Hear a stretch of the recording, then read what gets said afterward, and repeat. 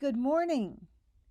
How many of you have ever wondered about or felt like you had a guardian angel, a personal prophet? I have, and that's what I'd like to talk about today. In the Bible, these guardian angels are referred to as prophets.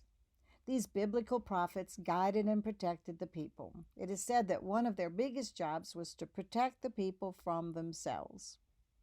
At Unity, we look at the Bible in a number of different ways. We look at it as history, poetry, wisdom literature, and psychology, for example. Another way that we look at it that's very important to us is in metaphysical terms. If looked at this way, the Bible can be a blueprint for spiritual enlightenment. It means that we look at the Bible as being symbolic of something within ourselves. We look at each character in the Bible as if his or her story were taking place within us right now. If you've ever worked with dreams or read about dream work, one of the first things you'll encounter is that everything in the dream represents a part of yourself. For example, if you dream about a plane crash, a psychiatrist might say, "You are the fuselage. How do you feel in this plane crash?" Or, "You are the little black box that records everything. How do you feel?" And so it is with the Bible. Every story we read in the Bible is part of us, part of our psyches. When we look at the Bible, we are in effect looking at a mirror of our own soul. That's one reason that we in Unity study the Bible. We can see parts of ourselves more easily. We can see spiritual principles at work in us. We can find answers to personal problems. Thus, we can find meaning from within the Bible that parallels what is going on within us. That's the point of all spiritual writings, if properly understood. Today, I'd like to go a little deeper into the metaphysical meaning of the Bible. Specifically, I'm going to use some stories about the prophets, or as I call them, our guardian angels. They are one of the most important and interesting groups of characters in the Bible, particularly as they relate to us. We all have these prophets or guardian angels within us. They serve a vital function, and it behooves us to become aware of that part of ourselves. Now, the biblical prophets served a crucial function in the history of Israel. The word prophet comes from a Greek word which means to speak for someone else. In the case of the biblical prophets, it means to speak for God. They were God's spokesman. They were truly like guardian angels to the Israelites. If we look very quickly at the history of Israel, we can see why and how the function of the prophets evolved. Way back in the beginning, we read that God spoke to Abraham, Isaac, and Jacob directly. God is said to have spoken to Moses, Joshua, and Samuel. At one point in Hebrew history, its political leaders were also its spiritual leaders. This was the case in China for many centuries, too. Doesn't that sound divine? The highest spiritual teachings trickling down from the top of the government and society's institutions all being arranged spiritually? But at one point, this all changed in Israel and in China. Political leaders, heads of state, became specialized. In Israel, kings started being elected for their political prowess, so the leaders were strictly political leaders. They were not spiritual leaders also. So it was thought that the kings were no longer able to receive direct communication from God. That became the function of the prophets. Someone had to give spiritual direction, and since the kings were not able to hear spiritual teachings directly, the prophets developed that as their primary function, which has a very interesting metaphysical parallel in our own lives. Metaphysically, the king in us represents our human will. Our will is the king of our consciousness. Our will is what determines what's going to happen and not happen in our lives. Our king is what rules us. That human will of ours is our ego. The ego isn't capable of hearing on a spiritual level, what they called hearing the Lord. Another way of saying this is that our human ego is not capable of direct discernment of higher truths or receiving divine guidance directly. So, there is a part of us that must arise to fulfill that function. Thus, it is said that we have the prophet within. The prophet within us serves the same function as the prophets of old, to speak for these higher truths, to bring them into our awareness, to show us what they are, basically to protect us from ourselves, like a guardian angel. And remember, the prophets predicted Christ. In the same way, our inner prophets often foretell the coming into being of our Christ consciousness. This is what is possible if we listen to our inner prophet or guardian angel.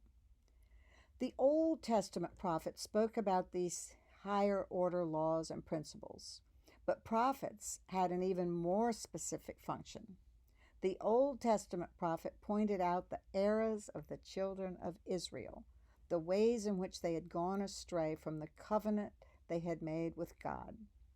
The function of the prophet was to point out these errors and to advocate change for the people's own good. The prophet would say specifically how that covenant was being violated. The prophet was thus the divine conscience of the nation of Israel, the gadfly, if you will, the social conscience, the kind of person who goes around poking at us and reminding us of things we don't want to hear about, and telling us about parts of ourselves and society that we really don't want to see or deal with. That was one of the functions of the prophet. He was a rabble rouser. The prophet's function was to get Israel back on its spiritual path, what had made them great in the first place. The function of the prophet within us is to do exactly the same thing, to get us back on our path so that we can become the great people that we really are at our core. Let's look at some of the statements that a few of these Old Testament prophets made and how they illustrate the style in which the prophet operated. The prophet is generally quite outspoken when it comes to saying what he has to say, and he doesn't mince words. To illustrate, from the first chapter of Isaiah, he says, "Ah, sinful nation, a people laden with iniquity, offspring of evildoers, sons who deal corruptly. They have forsaken the Lord. They have despised the Holy One of Israel. They are utterly estranged." Ooh, here he's telling the people in no uncertain terms that they are not doing what's right.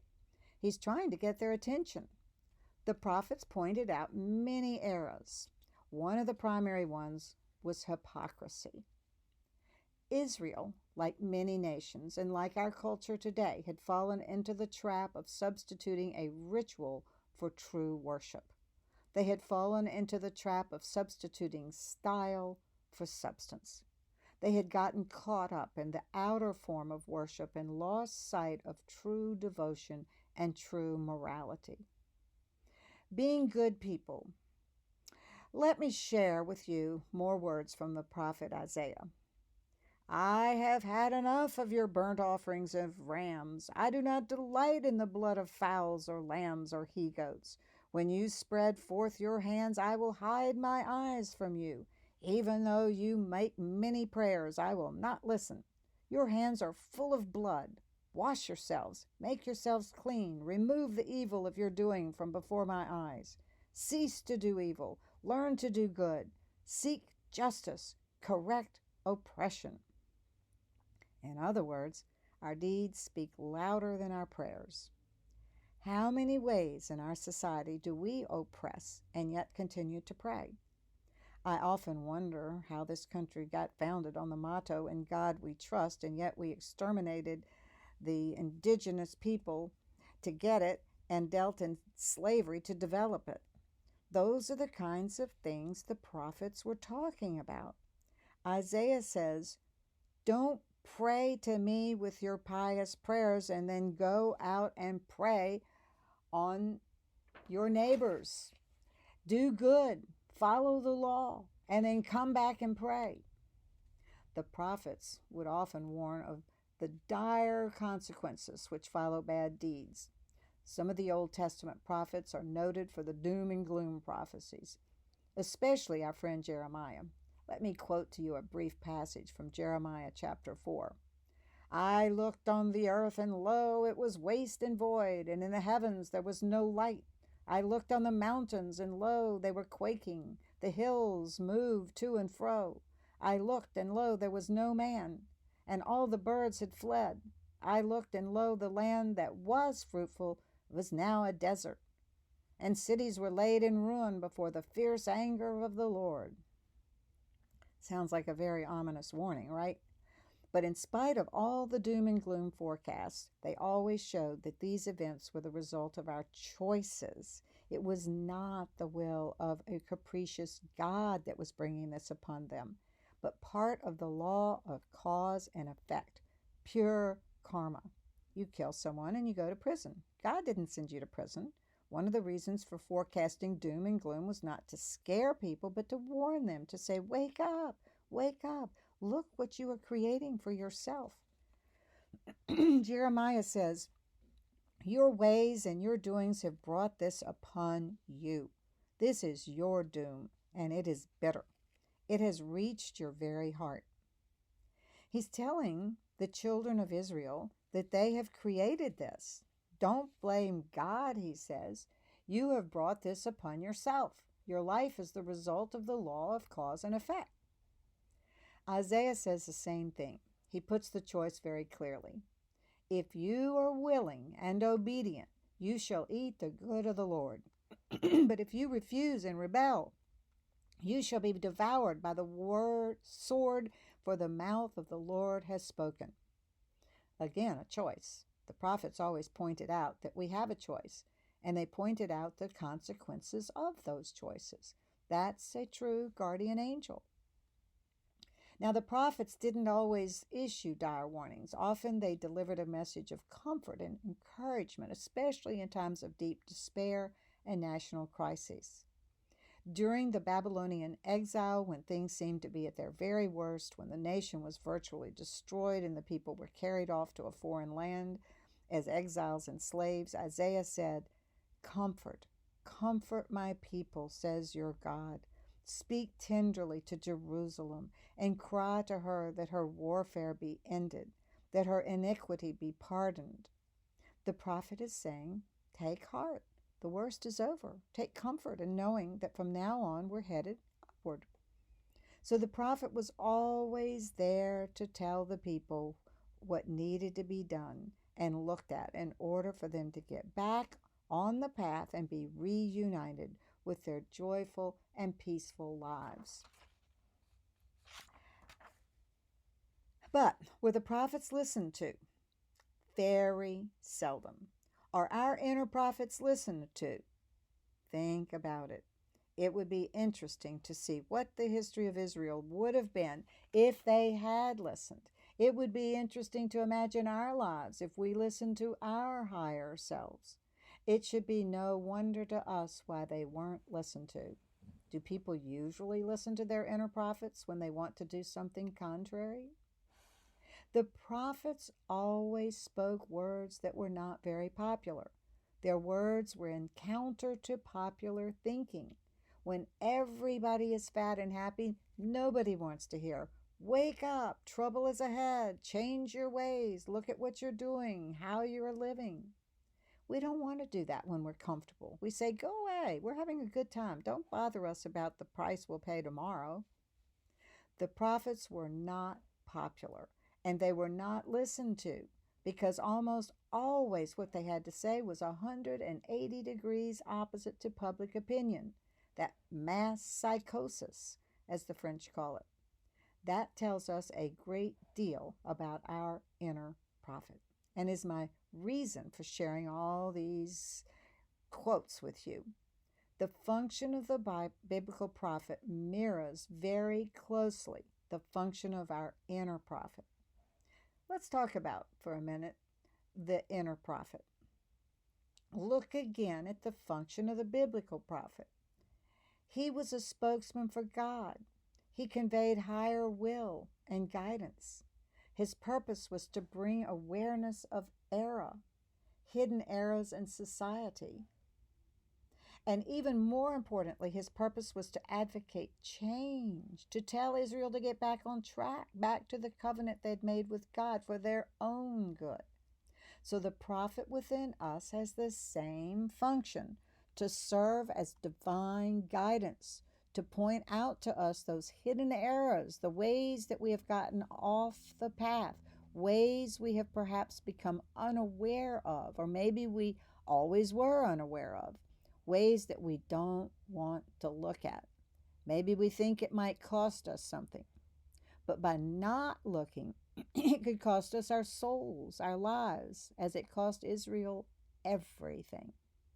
Our inner prophet points these things out and advocates change. It gives us motivation and incentive to correct these errors and to realign ourselves with our inner Christ, with the higher laws and principles of God's world. The prophet within is God speaking to us, showing us our blind spots, our hypocrisies, our denials. And like the Old Testament prophets, our prophet within is often ignored. We don't want to listen to things that are counter to what our ego wants. Sometimes we don't listen to the prophet because we honestly don't know any better. We're just following the status quo, our old programming and prejudices and belief systems. Sometimes we don't listen because he has to, what he has to say, we think, doesn't make logical sense. Have you ever had that experience where you go to do something and a little voice within says, "Don't do it"? And you say to yourself, "That doesn't make any sense. There's no reason why I shouldn't do this. I'm going to do it." And what happens? Bam. 99% of the time, we later say, "Gee, I wish I had listened to that still small voice within." But at the time, it didn't make any sense. It seemed to be totally contrary to what appeared to be logical. But after a period of time, we can see the wisdom of listening to that still small voice within. And so it is with the voice of the prophets. In retrospect, Israel saw the wisdom of the prophets, but at the time, they couldn't. So they lost everything. Oftentimes, the prophet tells us things that we don't want to hear. For example, if we're angry at someone, the prophet might say, "Look at yourself. You are causing your own anger." How many people like to hear that? Not me. We want to believe that it's somebody else's fault that we're angry. Usually we don't listen to that inner prophet because it's something we don't want to hear. The ego, like the kings of Israel, create a barrier between us and others, and that barrier keeps us from hearing God's voice within. So, consequently, the prophet speaks to us in a variety of ways. Since we're not capable of hearing God's voice 24/7, the prophet speaks to us in other ways too. And it behooves us to become familiar with it and to discover the message and its meaning. How does a prophet speak to us? One way is through events in our lives, and especially those events that are dramatic and memorable, like painful events. Maybe it's a serious illness, depression, accident, divorce, death, or financial misfortune that really shakes our consciousness and says, "Look at your life, look at yourself, reevaluate, change your thinking." These events can serve as a wake-up call. God doesn't cause these bad events. They just happen, or they are a result of our actions, our karma. But often we say, "What did I do to deserve this? Why is God punishing me?" God never punishes anyone, but higher truths and laws will speak through the prophets and awaken us. Very often we require a certain amount of pain to wake us up, the resultant pain of our actions. That's our choice. We create that choice. So, how can life's events awaken us and bring about a change in our lives? A change of what? A change of our beliefs, our attitudes, our thoughts, and ultimately a change of lifestyle and behavior. Pain itself, when you stop to think about it, is very prophetic. When we experience pain, be it physical, emotional, mental, or spiritual, what is that pain saying to us? It's saying, pay attention to me. I have something to say. It's saying, do something, correct this condition. For example, if we wake up in the morning and we've got a toothache, that tooth is saying, hey, I'm here. I want you to know that I'm here. You've been ignoring me for a long time. I need a filling. I need a root canal. So when we experience pain, the thing to do is to see that pain as the prophet at work in our life and not as something to be suppressed or run away from. The second way the prophet speaks to us is through other people. The prophet appears in the guise of friends, relatives, and acquaintances. There are two ways that the prophet may speak to us through other people. One way is anytime someone says or does something that makes us angry or defensive. They are the prophet, with his needle or his spear poking at us. Usually we say, he made me angry. How can that be the prophet at work in my life? It's his fault that I'm angry. But most of the time when we feel angry or defensive, it's because our ego is threatened, because there is some part of us that feels we're going to get hurt. Rather than dump blame on the other person, we can use that opportunity to look at ourselves and say, what barrier have I created here? What have I done to separate myself from someone else? And what is it that I believe is going to happen to me if what that person says about me is true? Anger often results when someone touches parts of us that we don't want to see. Have you ever had that experience when someone says or does something, and boy, it sets you off? Later, you may realize that they hit a tender spot that pushed one of your buttons. Every time we respond with anger, it means that we are protecting some vulnerability within ourselves. We are protecting or denying something within us that we don't want to look at. So, whenever we feel anger, we have the opportunity to look at it and say, what is it that I am trying to protect? What is it that I believe can be hurt? A second way that the prophet speaks to us through other people is when we have someone who can consciously and lovingly point out our blind spots, our denials, someone who can mirror back to us our own conscience without blame or criticism, but simply with the idea of bringing to us an awareness of these hidden parts of ourself. This could be a friend, a relative, or a counselor. In fact, that's 99% of what counseling is, simply a mirror showing us our blind spots. So if we can have a relationship like this, it's beautiful because it can bring about a change and help us get back on our path. This requires, of course, a great deal of trust in the relationship or friendship and a lot of self-honesty. A third way the prophet speaks to us is through dreams. Dreams are often prophetic. But I'm not talking about seeing the future. I'm talking about dreams that are there to bring about an awareness and to advocate change. The function of dreams is to show us at night what we are refusing to look at during the day. The subconscious mind brings this back up in our sleep so we can reflect. Those dreams are a mirror of our own consciousness. We don't have time to go into details about how every object and person in our dreams are symbols of something in our psyche, but it has to at least be mentioned that dreams can serve as our prophets if we pay attention. If you dream that something is chasing you over a cliff, it's a good idea to ponder on what you might be dealing with in your life. Something that's chasing you over a cliff into a dangerous situation, and deal with it. The same is true for meditation. When you come out of your meditation, write down whatever thoughts, feelings, and symbols come into your awareness. See them, feel them, let them speak to you. As you do this over a period of time, it can be absolutely amazing the information that will come forth. And there's a fourth way the prophet speaks to us. Actually, the prophet or our guardian is always speaking to us if we use our intuition.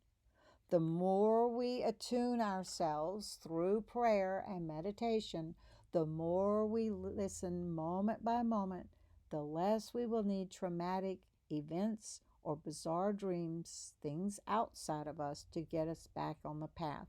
The more we become attuned to our inner Christ consciousness, our inner voice, the less the prophet needs to speak through outer events. So, it's a very practical reason for meditating and praying. If you are in touch with your inner prophets, they will do the same thing for you that the biblical prophets did for the kings. They will teach, they will guide, they will protect you. So this week, start noticing that still small voice within that is trying so hard to be your guardian angel, your prophet. You deserve it.